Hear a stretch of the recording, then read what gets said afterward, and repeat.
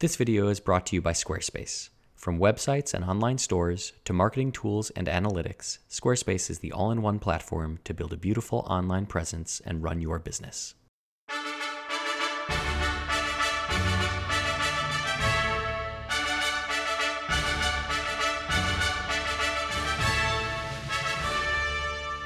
Well, now that we have them both cleaned, and I was able to get some of the retouching off, scraping it off and getting some of the fill-in out.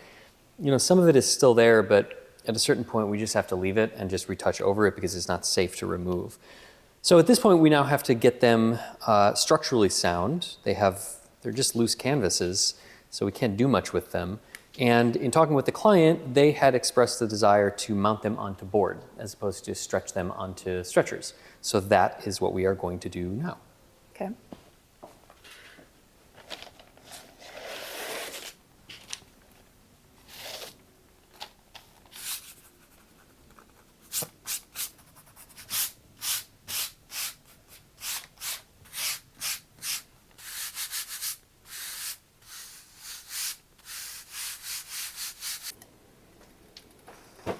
All right, with the adhesive warmed up and a little bit thinner, although it's pretty thick right now, we'll thin it out a little bit. Mm-hmm. We can then start applying it to the back of the canvas. I'm using a roller because it gives me a really even finish, and I don't want big pools or an uneven application. And what I'm looking to do here is saturate the canvas and provide a nice even layer of adhesive.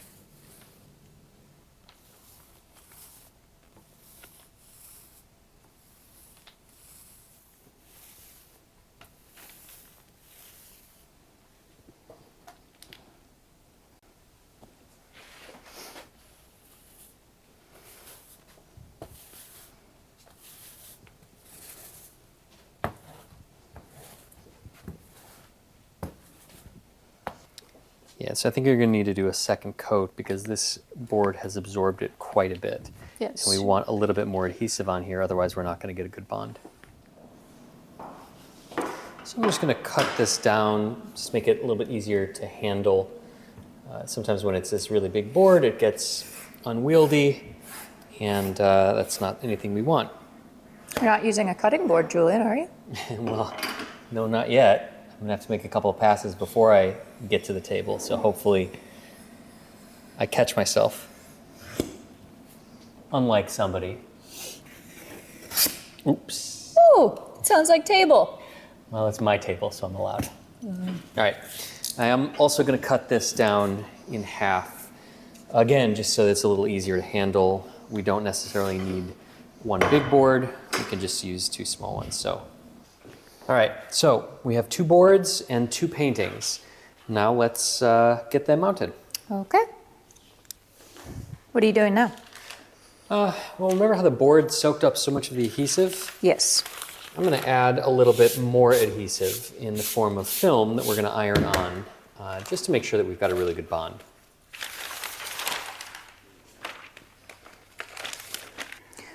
Why do you put it in the corner instead of in the middle of the board? Well, young grasshopper, we have a perfect 90-degree angle here, two straight edges. Mm-hmm. And instead of putting it in the middle and then having to cut 4 crisp, clean edges, I can put it, and we can use these two sides on the edge of the board. Trying to work smarter, not harder. Why do you choose black 8-ply instead of white 8-ply? Because this place is dirty. I do find myself having to wash my hands every time I touch the 8-ply, like before it. The white stuff? Yeah. Yeah. If the canvas wasn't so textured, would you be putting the film on? If it was a really, really smooth canvas, I might not put the extra film on, but even with a really smooth canvas, it's probably not going to be as smooth as the board. So having the extra adhesive is probably to benefit. It's just going to ensure that we have a really, really good bond. You know, we don't want to have a starved joint. It's not going to last very long. Kitt, on the other hand, will be using the hot table to mount her canvas to the board. And this is something that we've done many times before, but it'll be interesting to see the comparison between the two approaches. She's going to prepare all of her materials, get them ready, and then proceed with the lining process. Wait, you're cutting on the hot table? Yes. My father is rolling over in his grave. After she's destroyed the beautiful aluminum surface, she's going to create an envelope with the cotton webbing to allow the extraction of the air and a piece of mylar on top to make it airtight. She'll puncture the top and then add the through bag connectors, which will draw out the air. She'll turn on the heat and the vacuum pressure, adjust the pressure so that it's just right, and this is something that just is based on feel. We do this a lot and we get a good sense for what's going to work for any given painting. And then she'll extract all of the air out and get even uniform pressure down on the painting while the table heats up and the glue is softened and the adhesive bond is created. What you got that felt for? You will see. So you put yours on the hot table, and I am not going to put mine on the hot table. Okay.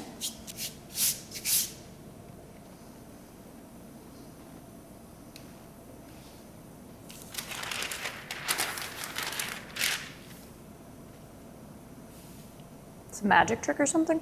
I'm going to make the painting disappear. Presto changeo. So I'm going to apply heat directly to the painting from the face. Okay. And the felt is there because? Well, the felt is there for two reasons. One, it helps disperse the heat a little bit more evenly, and it also protects the paint layer from the iron. Now this I can't do for every painting, but because this one is flat, because it's stable, and because we're doing it on board, I think I can. So I'm going to see if it works. Look at that. Bonded, no damage to the paint layer. Saves maybe a little bit of time as opposed to heating up the entire table, the hour and a half or two it's going to take to heat up and then cool down. Now, it's still not as simple as ironing a shirt. Yeah, you lost me at ironing shirts is easy. I do not share that sentiment. Fun fact, when I was a little kid, my main source of income, I'm talking like when I was like 7 to 10, was ironing my father's shirts. He'd give me a quarter for each shirt he ironed. And then we went to the cleaners and I realized that they were charging $1.50 or something, and that I was getting played by my father. So I raised my prices to $1, and he happily paid me the dollar price. And then at the end of the month, he handed me a bill for heating, electricity, the mortgage, and groceries. And very quickly, I went out of business as a shirt ironer. I don't know if you can hear it. Here it's bonded. And there it's not. So you can hear the difference. You can hear the gap underneath. So do you think you'll include this style of adhesion in your repertoire? I mean, I've been doing this for 20 some odd years. I've done this many, many times before. This is the first time I'm seeing it. Well, you're not very perceptive then. Some have said, yes. You get to learn something, and I get a point for being done first. All right, so with the painting mounted successfully, I can now trim off all the excess board. Remember, we have two perfectly crisp and 90-degree angle right here, so I only have to make 2 cuts, and I can use these as a reference.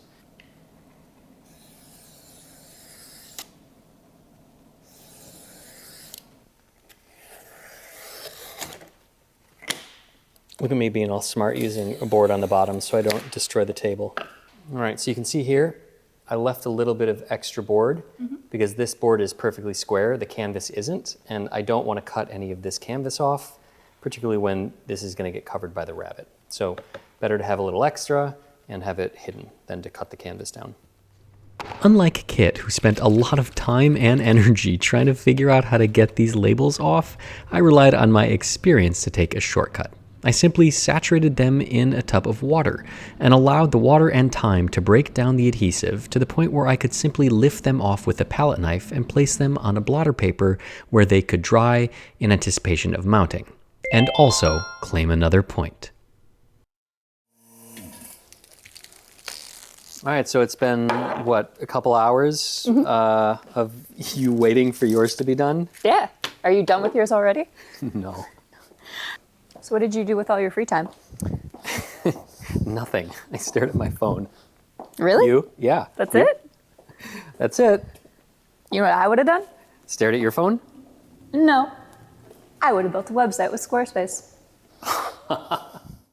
Actually, in the amount of time it took Kitt to mount her painting, she could have built 5, 10, 15, 20, maybe even more websites.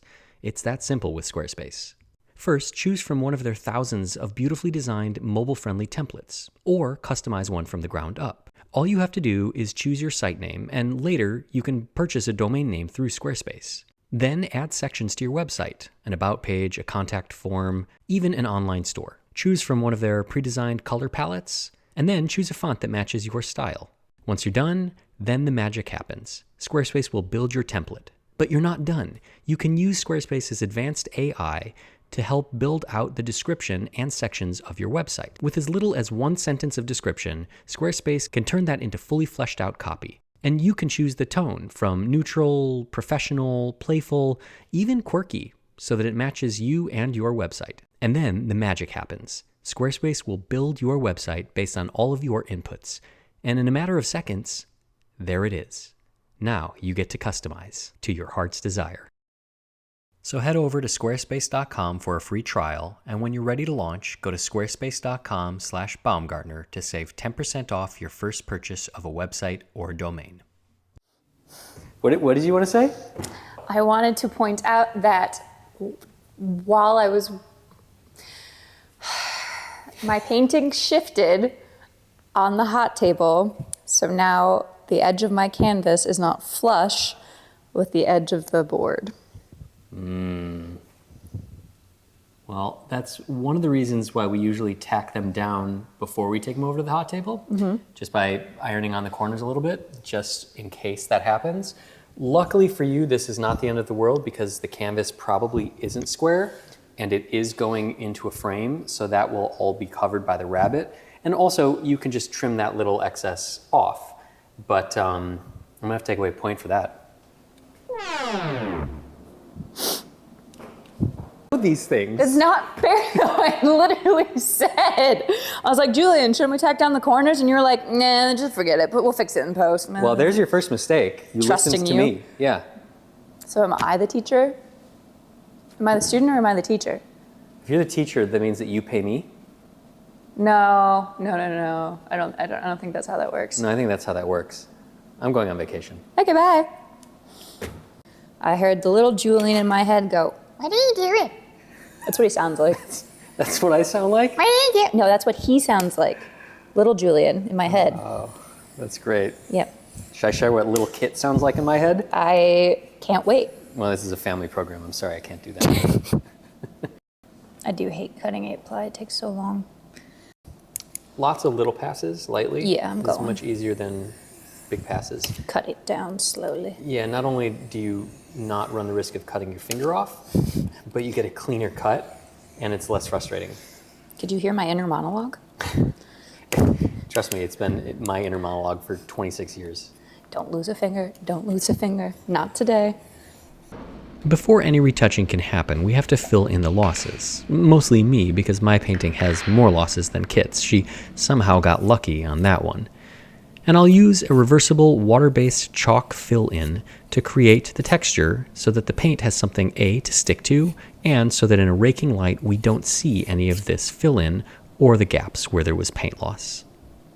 I'm pretty lucky that this painting has almost no impasto, no textural buildup of paint, so I don't have to worry about matching that. Something with a lot of impasto or a lot of brushwork, maybe we'd have to replicate or simulate that. I do have a small dental tool here that I can come back in and add some texture if I want to, as this fill-in is slowly drying. So you were saying you only have one spot fill-in? Yep, so I just have a little bit of loss right here. Fortunately, whoever did the previous conservation work did a pretty good job with their fill-in. I know, right? It's a miracle.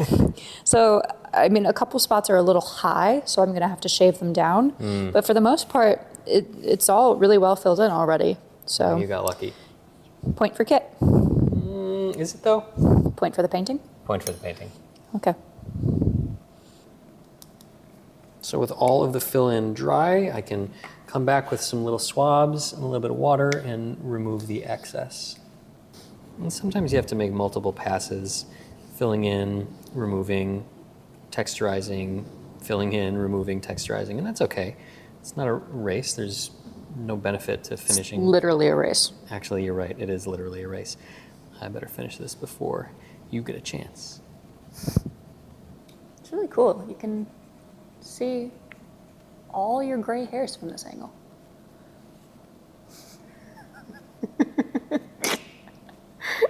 Well, yeah. Well, the jerk store called. They're running out of you. The removal of the fill-in can be a tedious process, but luckily these paintings are relatively small and there isn't a ton of fill-in material that needs to be removed. Nonetheless, it takes time and we have to go slowly, and then, once we're satisfied, we can go on to the next step in preparation. So before we do any retouching, we are going to put a coating of reversible archival synthetic resin on here for a couple of reasons. Primarily because these are such dark paintings that trying to match these colors while the darks are really washed out is almost impossible.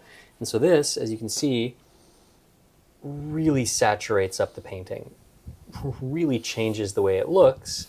And this is what the painting is going to look like when we apply the final varnish. So this will allow us to retouch according to these colors, these rich, saturated, varnished colors, as opposed to the dried out, kind of blanched colors. And as Kitt applies this coating of synthetic resin to the surface of her painting, it starts to come alive. And this is the first chance we've had to see these paintings as they will look when we're completed with them. And the difference is stunning. It's been so much work to get to this point.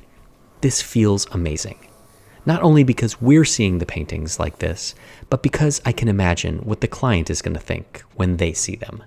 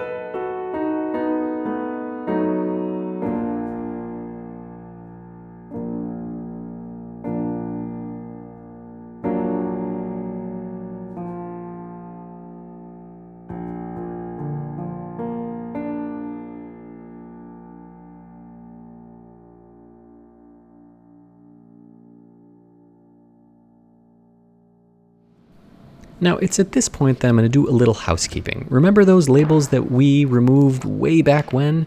Well, we need to do something with them, because right now they're in a very perilous state. And the way we're going to handle them is by mounting them to a piece of acid-free 8-ply museum board. This is just compressed cotton rag paper, and so it's a good surface for these labels. We're using a reversible acrylic adhesive and just mounting them on the back. I'm going to try to keep the paper clean and press them so that they dry flat. Once they're all pressed, then I can start trimming this board. And this is really not all that complicated, just lots of shallow passes with a very sharp knife, and eventually the board does get cut. And after cutting it, I can wrap it with a piece of PET film, and look at that, earn myself another point for being such a good guy.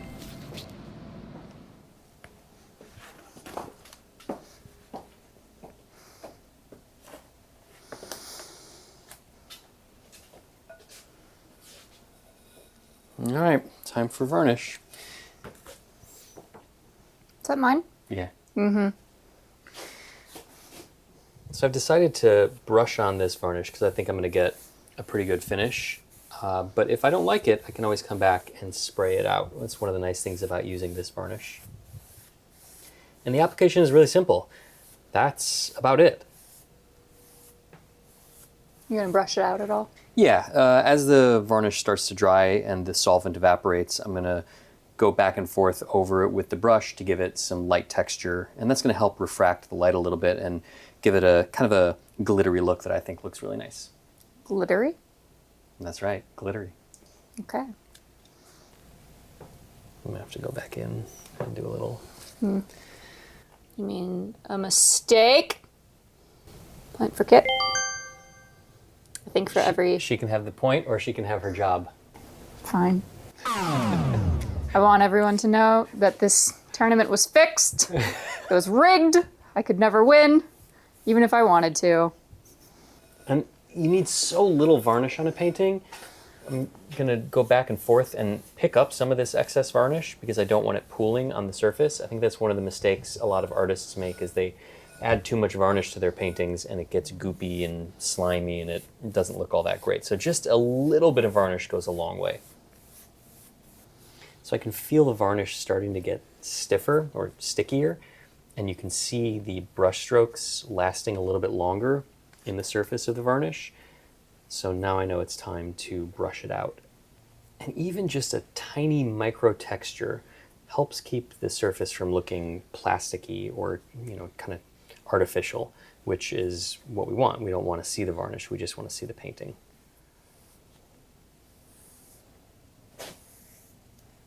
So why do you do a perimeter stroke first, Kitt? Because you told me to. Do I get a point for that? Sure. If that's what you need today, sure. Every day. No, I mean, the reason we do a perimeter stroke is to deposit the majority of the varnish on the perimeter so that as we go back and forth, we're dragging it from the edges into the center and not splashing it off onto our aprons and onto the edge. My perfectly clean apron. My pristine apron. It's well worn, earned. Well loved. What were you saying? I said, that sucks. That looks nice. That one sucks. Can I say sucks on YouTube? We'll find out. So what do you mean when you say that's not looking great? So I was just looking at my retouching. So I like this grape. I think it looks nice. But this one, obviously, those shades of green do not match. So I'll go back in and rework those a little bit. So, yep. Fix it in post. Well, one of the nice things is that by adding some resin to the retouching medium, we can make it glossier. So we might not actually need to do that much work. We don't have to remove this varnish. We can just retouch on top of it. And then if we want, we can come back and spray it out if it doesn't look exactly how we want. Mm-hmm. So it's a pretty forgiving and flexible system that we have here, which is why we use it. I think I should get an extra point. Why? Because I have to get my varnish to match yours. I don't know about that. 2 points. You haven't done it yet, so. We're getting there. I'll brush my little heart out. So after the varnishing, Kitt and I both have a little bit of retouching to do, and we're mixing in some of that glossy medium that we used to coat the paintings so that the retouching matches the sheen of the finally varnished painting. And then, once that's complete, Kitt disappeared somewhere. I have no idea what she was doing. Probably avoiding doing this because I know she doesn't like it, mounting the labels onto the back of the board and fitting the paintings into the frame. And using an archival double-sided linen tape, I'll mount the labels onto the back of the boards the paintings are mounted to. And then I'll add my labels, which were removed and discarded from the original boards.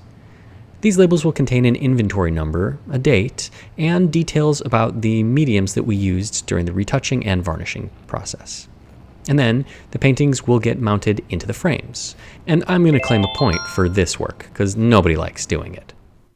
And here it is, the completed painting. It is stunning, if I do say so myself. I am extremely proud of how this one turned out.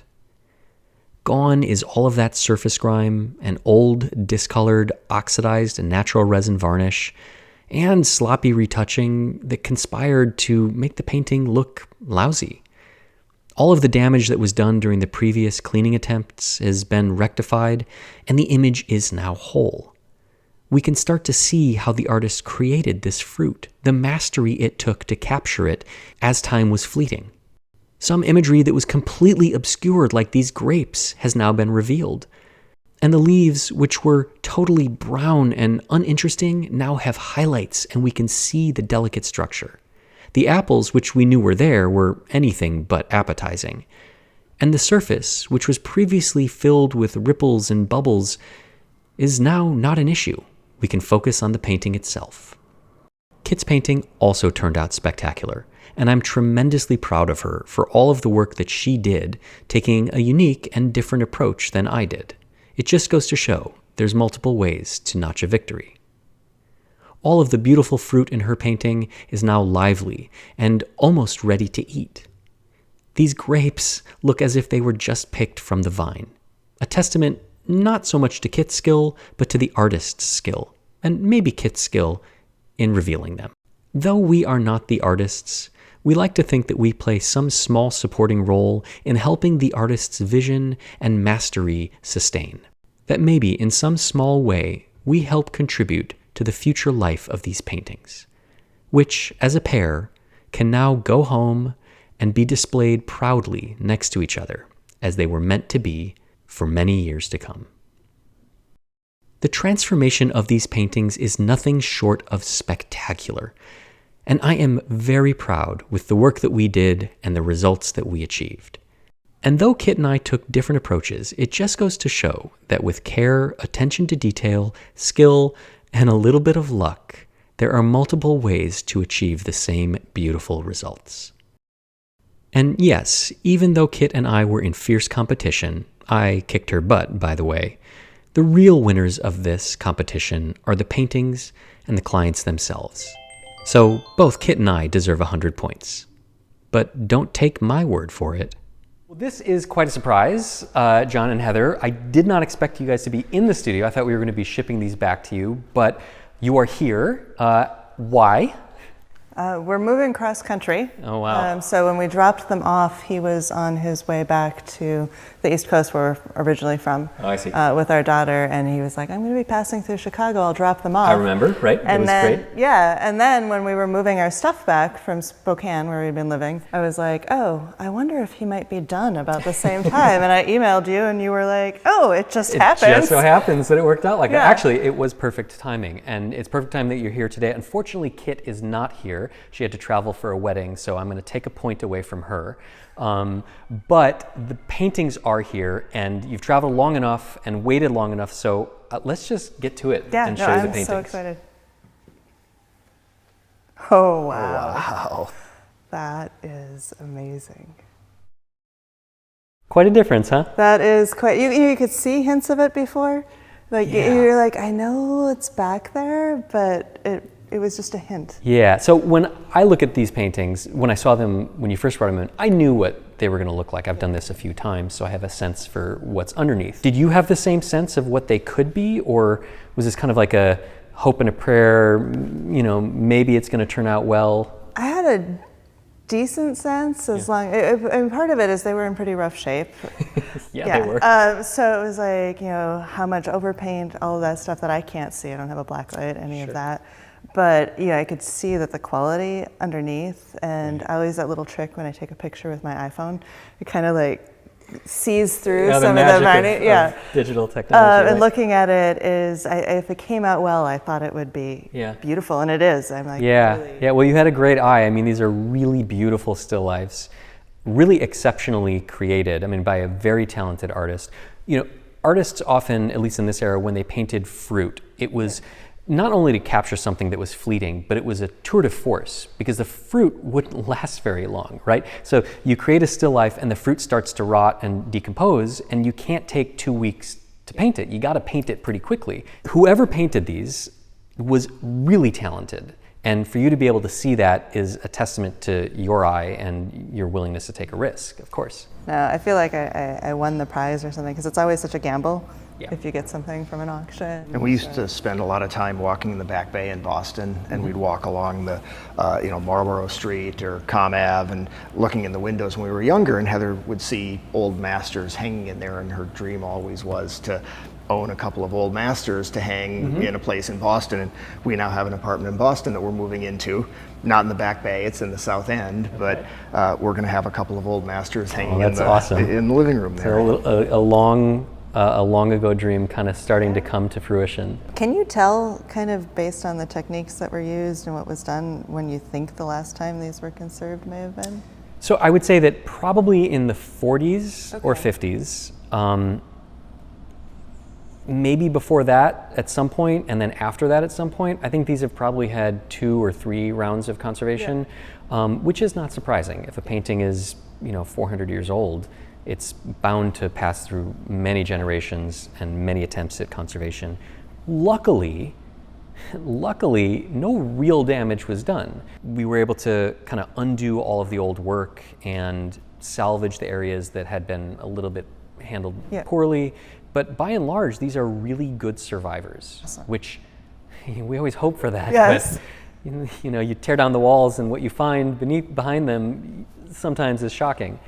Now, I'll tell you that even retouching these, there were some areas that had some pretty big losses, but no major losses. Just a lot of nicks and chips and scratches. Even retouching those was really difficult.